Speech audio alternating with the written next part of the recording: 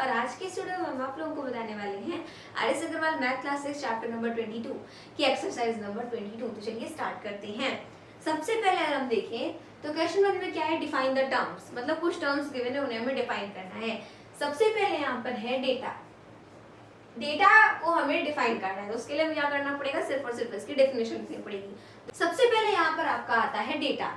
तो डेटा को हमें यहाँ पे क्या करना है, सिर्फ और सिर्फ डिफाइन करना है। तो इसमें कोई सोल्यूशन तो होगा नहीं, तो सिर्फ हमें डिफाइन करना है। तो देखिए, the word data means information in the form of numerical figures, यानी कि इंफॉर्मेशन होगी किसके फॉर्म में, नंबर्स के फॉर्म में। ठीक है, अब आगे क्या है, रॉ डेटा। अब रॉ डेटा क्या होता है, यानी कि जो ओरिजिनल डेटा आपको मिलेगा वो हमारा रॉ डेटा होगा। Data obtained in the original form is called raw data. उसके बाद आता है एरे। अब ये क्या होता है, देखिए, अरेंजिंग द न्यूमेरिकल फिगर्स, यानी कि जो आपका डेटा है उसको अरेंज करना असेंडिंग ऑर्डर में या फिर डिसेंडिंग ऑर्डर में, मतलब बढ़ते से घटते क्रम में या घटते से बढ़ते क्रम में, क्या होगा, एरे होगा। तो देखिए, arranging the numerical figures in an ascending order और a descending order is called an array. फिर आता है टेबुलेशन ऑफ डेटा। अब ये क्या है, देखिए, arranging the data in a systematic form in the form of a table is called tabulation और प्रेजेंटेशन ऑफ द डेटा। मतलब कि अगर प्रेजेंटेशन ऑफ डेटा बोल रहा है, टेबुलेशन ऑफ डेटा बोल रहा है, बात एक ही है। तो यहाँ क्या है, जब हम किसी भी डेटा को क्या करते हैं, एक बढ़िया सिस्टमैटिक फॉर्म में अरेंज करते हैं, एक टेबल बना करके हम उसको अरेंज करते हैं। जैसे टाइम टेबल होता है ना, तो एक तरफ आपके डेज लिखे होते हैं, एक तरफ आपके पीरियड्स लिखे होते हैं, और उसके बाद कौन से दिन कौन से पीरियड में कौन से सब्जेक्ट पढ़ना है वो सब लिखा होता है। वैसे ही जब हम टेबल के फॉर्म में किसी भी डेटा को अरेंज करते हैं तो वो क्या होगा, टेबुलेशन ऑफ डेटा होगा या फिर प्रेजेंटेशन ऑफ डेटा होगा। फिर आता है ऑब्जर्वेशंस। नाम से पता चल रहा है ऑब्जर्वेशन, किसी भी चीज को ऑब्जर्व करना। So each numerical figure in a data is called an observation. उसके बाद क्या है, frequency of an observation. Frequency मतलब यहाँ फिजिक्स वाली फ्रीक्वेंसी नहीं है, साउंड वाली नहीं है। फ्रीक्वेंसी मतलब यहाँ पर क्या है, the number of times a particular observation occurs is called its frequency. जैसे अगर मान लीजिए कि आपके क्लास में क्या हो रहा है कि मंडे के दिन जो हिंदी का पीरियड है वो 2 बार है, मंडे के दिन जो हिंदी का पीरियड है वो 2 बार है, तो क्या होगा, हिंदी जो है आपकी वो 2 बार है, तो 2 क्या है, हिंदी की फ्रीक्वेंसी हो गई। यानी कि जितनी बार ऑब्जर्वेशन अकर होगा वो उसकी फ्रीक्वेंसी कहलाएगी। आई होप ये आपको समझ में आ गया। ठीक है, नेक्स्ट क्या है, स्टैटिस्टिक्स। तो अब ये क्या होता है, it is the science which deals with the collection, presentation, analysis and interpretation of numerical data. तो ये आप डेफिनेशन से ही समझ गए, that will be more better. Next question देखिए क्या आता है, the number of children in 25 families of a colony are given below.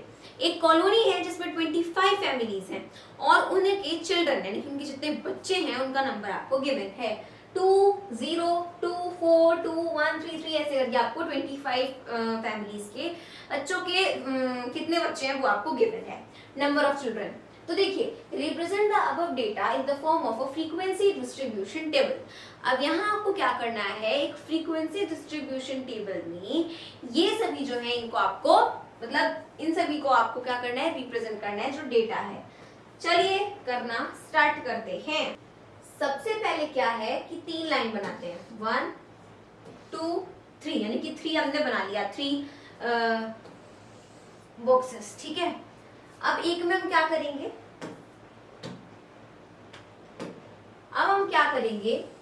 कि एक में लिखेंगे ऑब्जर्वेशन, एक में लिखेंगे टेलीमार्क, एक में लिखेंगे फ्रीक्वेंसी। चलिए देखते हैं ऑब्जर्वेशन में क्या क्या आएगा, जितने नंबर्स आपको गिवन है वो आएगा। तो देखिए, 2 दिया है, 0 दिया है, 4 दिया है, 1 दिया है, 3 दिया है, और कोई है जी नहीं, तो यानी आपका हो जाएगा 0, 1, 2, 3, 4। यानी कि ये आपकी क्या है, ऑब्जर्वेशन है, मतलब कि इस पूरे डेटा में सिर्फ और सिर्फ इतने ही नंबर्स आपको गिवन हैं। अब क्या करेंगे, 0 जितनी बार इस डेटा में आया है उतने को हम क्या करेंगे, टेलीमार्क पे रिप्रेजेंट करेंगे। देखिए, 0 आया है एक बार तो हमने 1 करा, फिर आया है 2 बार, फिर कहीं और आया 0, जी नहीं। आगे देखते हैं, तो सबसे पहले 0 को हम देखते हैं, तो एक ये आया है आपका, एक ये वाला हो गया आपका, तो ये मेरा 1 आ जाएगा। उसके बाद ये एक हो गया, तो मैं यहाँ पे इसको 2 बार कर दूंगी, तो मैंने इसको 2 बार खींचा, ठीक है, टेलीमार्क में। अब फ्रीक्वेंसी में भी क्या करूंगी मैं, 2 लिख दूंगी, बहुत ही सिंपल है। उसके बाद 1 जितनी बार आया है उतनी बार देखते हैं, 1 2 3 4 5 6, कितने टाइम्स आया है, 6 टाइम्स।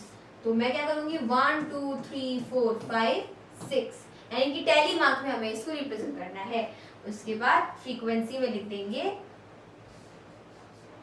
6। ओके, 2 अब देखते हैं, 1 2 3 4 5 6 7 8, कितनी बार है ये, 8 बार है। तो मेरा यहाँ पे क्या हो जाएगा, 1 2 3 4 5 सॉरी 4 5 6 7 8, तो यहाँ पर भी फ्रीक्वेंसी में लिख देंगे 8। उसके बाद देखिए क्या आता है, 3, तो 1 2 3 4 5 है ना, 5 टाइम्स हो गया ना, तो 1 2 3 4 5 एंड इधर भी आ जाएगा 5। उसके बाद अगर हम देखें 4, तो 1 2 3 है ना, 2 एक बार और था यहाँ पे आई थिंक, हाँ बिल्कुल 2 यहाँ पर भी था, मेरा यहाँ पर भी एक और आ जाएगा,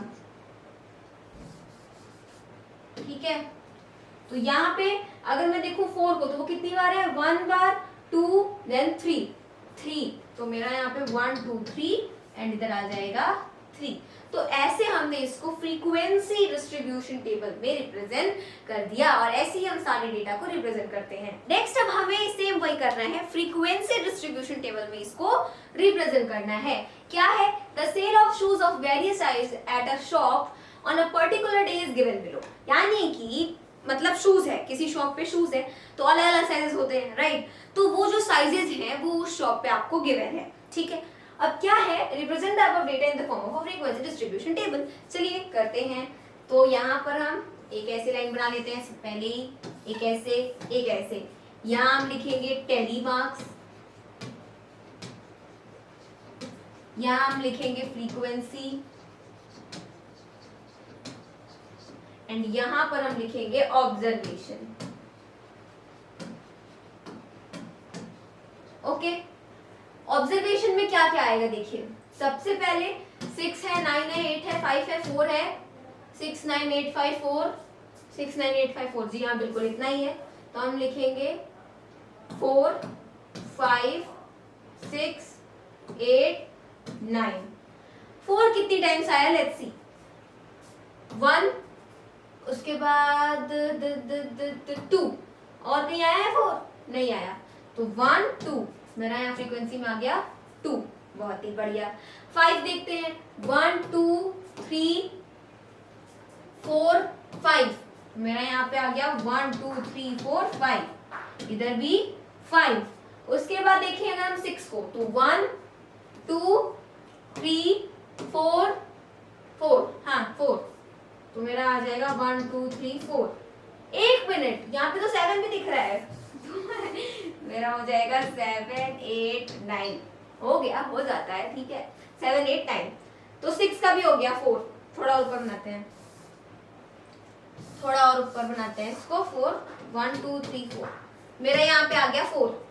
7 का देखिए, 1 2 3 4, 1 2 3 4 4। उसके बाद क्या है मेरे पास, 8 है, 1 2 3 4 5 6, मेरे पास आ जाएगा 1 2 3 4 5 6, इधर भी 6। 9 का देखिए, तो 9 का अगर हम देखेंगे तो 1 है, 2 है, 2 3 4 5 6 7, तो मेरे पास आ गया 1 2 3 4 5 6 7, इधर भी आ गया 7। ओके, नेक्स्ट क्वेश्चन देखिए, construct a frequency table for the following. देखिए अब यहाँ पे आपको नेक्स्ट क्वेश्चन है, construct a frequency table for the following. वापस से आपको एक डेटा गिवन है एंड आपको फ्रीक्वेंसी टेबल बनाना है, फ्रीक्वेंसी डिस्ट्रीब्यूशन टेबल।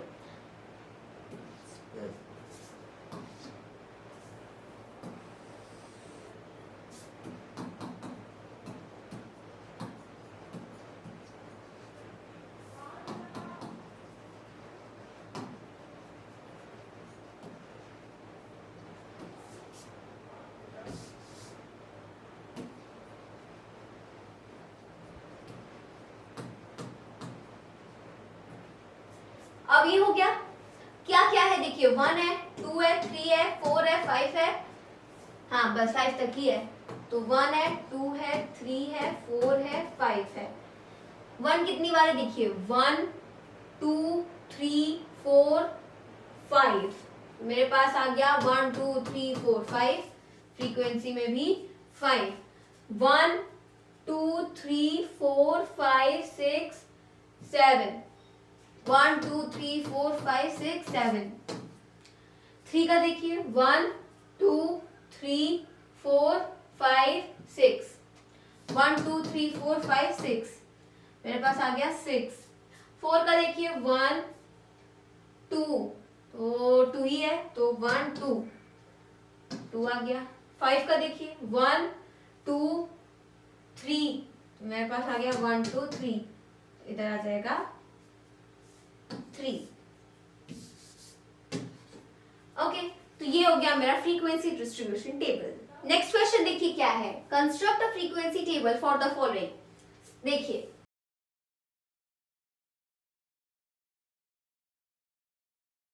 अब क्या क्या है ऑब्जर्वेशन में, 7 8 6 5, 7 8 6 5 9 10, तो मेरा आ जाएगा 5 6 7 8 9 10। 5 का देखते हैं, तो 1 1 2, बस 2 ही है, 1 2, फ्रीक्वेंसी में 2, 1 2 3 4, तो 1 2 3 4 आ गया 4।